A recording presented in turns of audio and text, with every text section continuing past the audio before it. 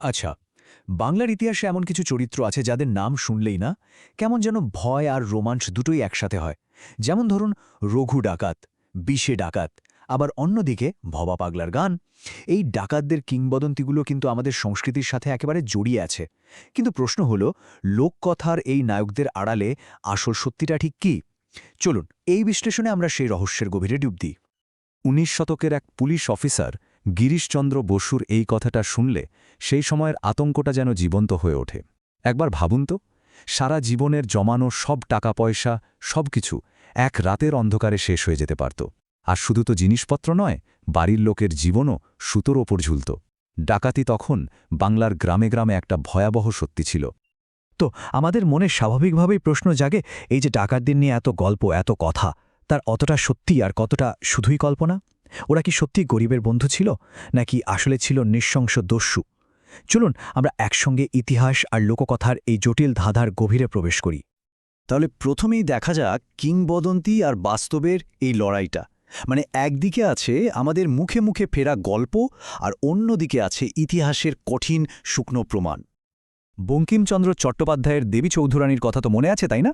সাহিত্যে, পাঁচালিতে বা নানা গল্পে ডাকাতদের প্রায়ই দেখানো হতো ওই রবিনহুডের মতো একটা চরিত্রে। মানে তারা অন্যায়ের বিরুদ্ধে লড়ছে, বড় লোকদের থেকে লুট করে গরিবদের মধ্যে বিলিয়ে দিচ্ছে। এই ছবিটা আমাদের মনে এমনভাবে গেঁথে গেছে যে ডাকাত শব্দটা শুনলে একদিকে যেমন ভয় হয়, তেমনই কিন্তু একটা রোমাঞ্চ কাজ করে। কিন্তু কিংবদন্তির এই রঙিন ছবির ঠিক উল্টো দিকেই লুকিয়ে আছে এক ধূসর কঠিন বাস্তবতা। লোককথা যেখানে তাদের মহৎ বিদ্রোহী গরিবের রক্ষাকর্তা হিসাবে দেখায়, ইতিহাস সেখানে কিন্তু এক অন্য আরও জটিল গল্প বলে। আসল সত্যিটা হলো, তারা ছিল ঔপনিবেশিক শাসনের চাপে তৈরি হওয়া এক পরিস্থিতি, যেখানে তারা প্রায়শই সাধারণ গ্রামবাসীদের উপরেই অত্যাচার করত। হ্যাঁ, এটা ছিল প্রতিবাদের এক জটিল রূপ, কিন্তু সরলভাবে তাদের নায়ক বলাটা বোধহয় ঠিক হবে না। তাহলে আসল প্রশ্নটা হলো, কারা ছিল এই ডাকাতরা, কোথা থেকে আসত তারা, আর কেনই বা তারা এই ভয়ঙ্কর পথটা বেছে নিয়েছিল? চলুন দেখা যাক। দেখুন, ব্যাপারটা এমন না যে কেউ শখ করে ডাকাত হতো। এর পেছনে ছিল গভীর সামাজিক আর অর্থনৈতিক সংকট। ইংরেজদের চালু করা চিরস্থায়ী বন্দোবস্ত গ্রামের চিরাচরিত অর্থনীতিকে একেবারে ভেঙে দিয়েছিল। বহু কৃষককে রাতারাতি ভূমিহীন করে তুলেছিল। ওদিকে নীলকুঠির লাঠিয়াল বা পুরনো সৈন্যদলগুলো সব বেকার হয়ে গিয়েছিল। তার উপর ছিল ফসলের অভাব, যার ফলে কৃষকরা নিঃস্ব হয়ে পড়ছিল। কেউ কেউ আবার ভয় বা চাপে পড়ে এই দলে যোগ দিত। আর অবশ্যই এক রাতের মধ্যে বড়লোক হওয়ার লোভ তো ছিলই। ইতিহাসের পাতা থেকে উঠে আসা এক আশ্চর্য স্বীকারোক্তি শুনুন। বর্ধমানের বাবুরম বাগদি নামের এক ডাকাত কবুল করেছিল যে সে তার প্রেমিকার খরচ জোগানোর জন্য ডাকাতি শুরু করে। এই একটা কথাই বুঝিয়ে দেয়, ইতিহাসের চরিত্রগুলো কিন্তু শুধু সাদা বা কালো নয়, বরং আমাদের মতোই অনেক বেশি মানবিক আর জটিল। ডাকাতদের সামাজিক পরিচয়টা দেখলে কিন্তু সত্যি অবাক হতে হয়। দলে যে শুধু বাগদি বা কৈবর্তের মতো তথাকথিত নিচুজাতের কৃষকই ছিল, তা কিন্তু একদমই নয়। তাদের সঙ্গে কাঁধে কাঁধ মিলিয়ে ডাকাতি করত ব্রাহ্মণ, কায়েতের মতো উঁচু জাতের লোক, মুসলমান, প্রাক্তন সৈন্য, এমনকি কারিগররাও।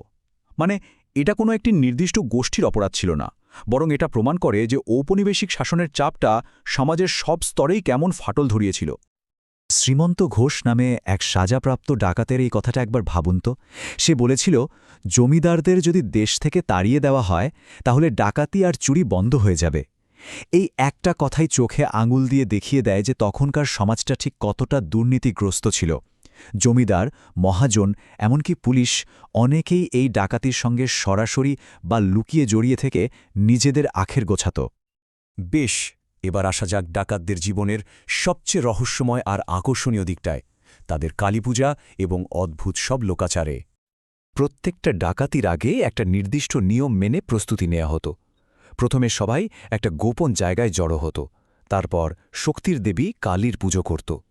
এরপর মুখে কালি মেখে, চুল খুলে নিজেদের পরিচয় পুরোপুরি লুকিয়ে ফেলত। হাতে লাঠি, তলোয়ার, মশাল নিয়ে তৈরি হয়ে দলপতির বেছে নেওয়া একটা শুভ মুহূর্তে তারা বেরোত। মানে এটা শুধু লুটপাট ছিল না, এর সঙ্গে ধর্মীয় বিশ্বাস আর এক ধরনের শৃঙ্খলাও কিন্তু জড়িয়েছিল। ডাকাতদের নিজস্ব একটা জগৎ ছিল, যার নিয়মকানুনও ছিল একদম আলাদা। তারা শুভ অশুভ লক্ষণ খুব মানত। যেমন শিয়াল ডান দিক থেকে বাঁ দিকে গেলে সেটাকে খুব ভালো লক্ষণ বলে মনে করত। মঙ্গলবার, বুধবার আর শুক্রবার ছিল তাদের অপারেশনের জন্য পছন্দের দিন। তাদের নিজস্ব সাংকেতিক ভাষাও ছিল। মশালকে বলতো ফুল, বন্দুককে বলতো ভিল, আর মায়ের নামে শপথ নিত যে ধরা পড়লেও কখনো দলের কথা স্বীকার করবে না। তাদের এই নৃশংসতার মধ্যেও একটা অদ্ভুত নিয়ম ছিল, আর সেটা হলো মহিলাদের ওপর শারীরিক অত্যাচার করা কঠোরভাবে নিষিদ্ধ ছিল, কারণ তারা নারীকে দেবীকালের অংশ বলে মনে করত। একবার ভেবে দেখুন, যারা লুটপাট আর হিংসার মধ্যে জীবন কাটাত তারাই আবার নারীকে দেবীর অংশ হিসেবে দেখত। এই বৈপরীত্যই তাদের চরিত্রকে আরও জটিল করে তোলে। তাহলে সেই মূল প্রশ্নটায় আবার ফিরে আসা যাক। এই ডাকাতটা আসলে কি ছিল? সাধারণ মানুষকে শোষণকারী, নাকি ঔপনিবেশিক শাসকদের বিরুদ্ধে এক ধরনের বিদ্রোহী? ঐতিহাসিক এরিক হবসবম সোশ্যাল ব্যান্ডিট্রি বা সামাজিক দস্যুতা বলে একটা তত্ত্ব দিয়েছিলেন। এই তত্ত্ব অনুযায়ী কিছু দস্যু সাধারণ মানুষের চোখে নায়ক হয়ে ওঠে, কারণ তারা ধনীদের লুট করে, গরিবদের সাহায্য করে এবং সমাজের সমর্থন পায়। তাহলে প্রশ্নটা হলো, বাংলার ডাকাতদের কি আমরা এই সোশ্যাল ব্যান্ডিটের চোখে দেখতে পারি? তারা কি সত্যিই জনগণের নায়ক ছিল? কিন্তু ইতিহাস যখন সাক্ষ্য দেয় তখন ছবিটা অনেকটাই পাল্টে যায়। সোশ্যাল ব্যান্ডিটদের সঙ্গে কৃষকদের একটা জোট থাকার কথা, কিন্তু বাংলার ক্ষেত্রে এমন কোনো জোটের প্রমাণ প্রায় পাওয়াই যায় না। বরং উল্টোটাই দেখা যায়। ডাকাতদের অত্যাচারে সাধারণ গ্রামবাসীরা প্রায়ই গ্রাম ছেড়ে পালাত। তাদের কার্যকলাপ ঔপনিবেশিক রাষ্ট্রের বিরুদ্ধে একরকমের প্রতিবাদ ছিল ঠিকই, কিন্তু সেটা সবসময় সাধারণ মানুষের জন্য ছিল এমনটা বলা যায় না। আসল কারণটা বুঝতে হলে আমাদের ফিরে তাকাতে হবে ঔপনিবেশিক শাসনের দিকে। চিরস্থায়ী বন্দোবস্তের মতো নীতিগুলো জমি থেকে কৃষকদের অধিকার কেড়ে নিয়েছিল। পাইক মানে পুরনো স্থানীয় মিলিটারিদের জমি বাজেয়াপ্ত হওয়ায় তারা রাতারাতি কর্মহীন হয়ে পড়েছিল, আর কঠোর রাজস্ব আদায়ের নীতি গ্রামের জীবনকে একেবারে ধ্বংস করে দিয়েছিল। এর সামগ্রিক ফল ছিল একটাই, গ্রামীণ হিংসা আর সংগঠিত ডাকাতির ভয়াবহ বৃদ্ধি। ডাকাতি হয়তো আজ আর নেই, কিন্তু তার প্রভাব আজও বাংলায় কিন্তু রয়ে গেছে। চলুন দেখি সেই হিংসার ইতিহাস কিভাবে আজকের বিশ্বাস আর সংস্কৃতিতে রূপান্তরিত হয়েছে। সবচেয়ে অবাক করার মতো বিষয় হল এই ডাকাতে কালী মন্দিরগুলো। রঘু ডাকাত, বিশে ডাকাত, কেলে ডাকাতদের মতো ভয়ঙ্কর মানুষদের হাতে তৈরি মন্দিরগুলোই আজ হয়ে উঠেছে পবিত্র তীর্থক্ষেত্র। ভাবতে পারেন যে মন্দিরগুলো একসময় ছিল হিংসা আর ভয়ের কেন্দ্র, আজ সেই জায়গাগুলোই হয়ে উঠেছে শান্তি আর ভক্তির পীঠস্থান, যেখানে হাজার হাজার ভক্তের ভিড় হয়। আর এখানেই ভবা পাগলার কথা আসে। কালীর প্রতি সেই একই তীব্র ভক্তি যা একসময় ডাকাতদের হিংসার পথে শক্তি দিত, সেটাই পরবর্তীকালে ভবা পাগলার মতো সাধক শিল্পীদের হাতে পড়ে এক নতুন রূপ পেল। ডাকাতদের সে প্রতিবাদী পাধনহারা শক্তিই যেন ভবা পাগলার গানে এক নতুন আধ্যাত্মিক রূপে বাংলার লোকসঙ্গীতকে আরও সমৃদ্ধ করেছিল। মানে হিংসা রূপান্তরিত হয়েছিল ভক্তিতে।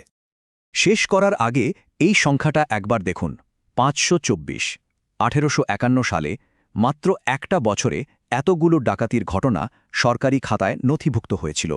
এই সংখ্যাটা শুধু একটা পরিসংখ্যান নয়, এটা একটা সময়ের, একটা সমাজের যন্ত্রণার জীবন্ত প্রতিচ্ছবি। তাহলে শেষে এসে আমরা কোথায় দাঁড়ালাম? দেখুন, একজনের চোখে যে বিদ্রোহী, অন্যের চোখে সেই অপরাধী।